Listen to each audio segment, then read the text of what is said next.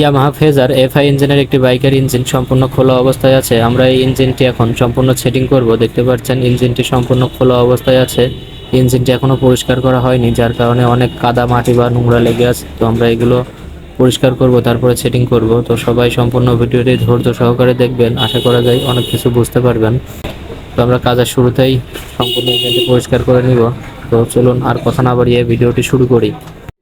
একটা বাইকের ইঞ্জিন বা আউটসাইডের সম্পূর্ণ ভিডিওটি যদি আপনাদের দেখাতে যায় তাহলে ভিডিওটি অনেক বড় হয়ে যাবে, যার কারণে আমরা কেটে কেটে কিছু কিছু পার্ট আপনাদের দেখানোর চেষ্টা করব। এখানে দেখতে পাচ্ছেন একটি বাইকের ইঞ্জিনের সম্পূর্ণ মালামাল সুন্দর মতো পরিষ্কার করে রাখা হয়েছে। তো এখন এই ইঞ্জিনটি সেটিং করা হবে, যার কারণে আমরা প্রত্যেকটা ইঞ্জিনের চেম্বারের গ্যাসকেট, ইঞ্জিনের নাট বল্টু এবং ওয়াশারগুলো সম্পূর্ণ মালামাল কিন্তু খুলে সুন্দর করে রেখে দিয়েছি। এখন সেটিং করব। আপনারা দেখতে পাচ্ছেন আমরা ইঞ্জিন সেটিং করা শুরু করে দিয়েছি। তো আমার হাতে যেটা দেখতে পাচ্ছেন এটি হচ্ছে ইঞ্জিনের গিয়ার বক্সের প্রিমিয়াম। তো আমরা কাজের শুরুতেই কিন্তু ইঞ্জিনের গিয়ার বক্স সেটিং করব এবং গিয়ার বক্সের প্রিমিয়ামগুলো দেখে নিচ্ছি কোথাও কোনো সমস্যা আছে কিনা। তো সব ঠিকই আছে, যেহেতু এর আগেও একবার আমরা চেক করে নিয়েছি। এখন ইঞ্জিনটা সেটিং করার পালা। এটি হচ্ছে ইঞ্জিনের কানেক্টিং রড, এটিও সব ঠিকঠাকই আছে। তো আমরা সেটিং করা আরম্ভ করে দিলাম। তো দেখতে পাচ্ছেন এই মুহূর্তে সম্পূর্ণ ইঞ্জিনের গিয়ার বক্সটি দেখা যাচ্ছে। গিয়ার বক্সের ভিতরে যত নাট ওয়াশার রয়েছে সম্পূর্ণ কিছু কিন্তু আমরা সেটিং করে নিয়েছি। তো এখন একবার চেক করে নিচ্ছি সব ঠিকঠাক আছে কিনা। আশা করা যায় সব ঠিকঠাকই আছে। তো ইঞ্জিনটি আমরা মেন চেম্বারটি সেটিং করে দিচ্ছি। ইঞ্জিনের মেন চেম্বার সেটিং করা কমপ্লিট। এবার কিন্তু আমরা একটার পর একটা ক্লাচ প্লেট এবং ক্লাচ প্লেটের যাবতীয় মালামালগুলো সেটিং করব।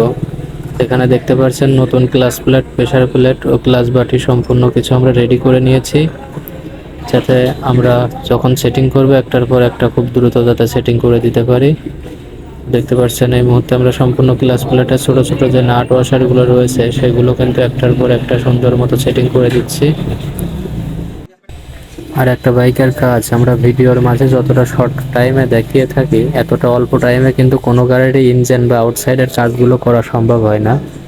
তো আমরা চেষ্টা করি ভিডিওর মাঝে আপনাদের অল্প কিছু কাজ বা কিছু ইঞ্জিন সেটিং বা আউটসাইড সেটিং আপনাদের দেখানোর জন্য, যাতে আপনারাও অনেক কিছু বুঝতে পারেন এবং শিখতে পারেন।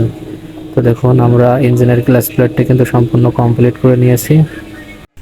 এবার রিং পিস্টন সেটিংয়ের কাজ চলছে। সিলিন্ডার ইঞ্জিনের সঙ্গে আমরা সেটিং করে দিচ্ছি। সিলিন্ডারের ভিতরে পিস্টনটি আমরা সেটিং করে নিয়েছি। তো দেখতে পাচ্ছেন সিলিন্ডার সেটিং কমপ্লিট হয়ে গিয়েছে। এখন আমরা টাইমিং চেনে যে টাইট দেওয়ার দুই সাইডে বাতা থাকে, দুই সাইডে টাইমিং চেনের বাতা এবং ইঞ্জিনের যে হেড গ্যাসকেট সেটি কিন্তু সেটিং করে নিচ্ছি। তো দুই সাইডের টাইমিং চেনের বাতা এবং গ্যাসকেট দেওয়ার পরে কিন্তু আমরা ইঞ্জিনের হেড বা মাথা যেটা বলে সেটা কিন্তু আমরা সেটিং করে দিব। দেখতে পাচ্ছেন এই মুহূর্তে ইঞ্জিনের হেড সেটিং করা হচ্ছে। আমি দেখে নিচ্ছি যে কোথাও কোনো কিছু সমস্যা আছে কিনা। তো সব ঠিকঠাকই আছে। আমরা এখন ইঞ্জিনের হেডটি বসাই দিলাম ইঞ্জিনের সঙ্গে। এবার ইঞ্জিনের হেডের যেই টাইট দেওয়ার নাটগুলো থাকে সেই নাটগুলো আমরা ঠিকঠাক মতো দিয়ে ইঞ্জিনের হেডটি টাইট করে দিব। আশা করা যায় এই ইঞ্জিনের নাটগুলো টাইট করে দিলে হেড সেটিং কমপ্লিট হয়ে যাবে এবং তারপরে টাইমিং চেনগুলো সেটিং করে ইঞ্জিনটি প্রস্তুত করব।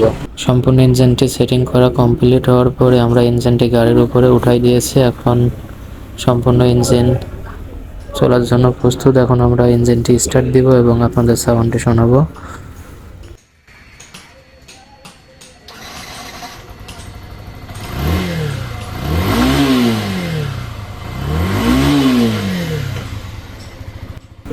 তো গাড়িটি সম্পূর্ণ কমপ্লিট হয়ে গিয়েছে এবং আপনার যে কোনো বাইকের যে কোনো সমস্যার জন্য আমাদের সাথে যোগাযোগ করতে পারেন। আর এই ভিডিওটি ভালো লাগলে অবশ্যই লাইক, কমেন্ট ও শেয়ার করে অন্যদের দেখার সুযোগ করে দিবেন।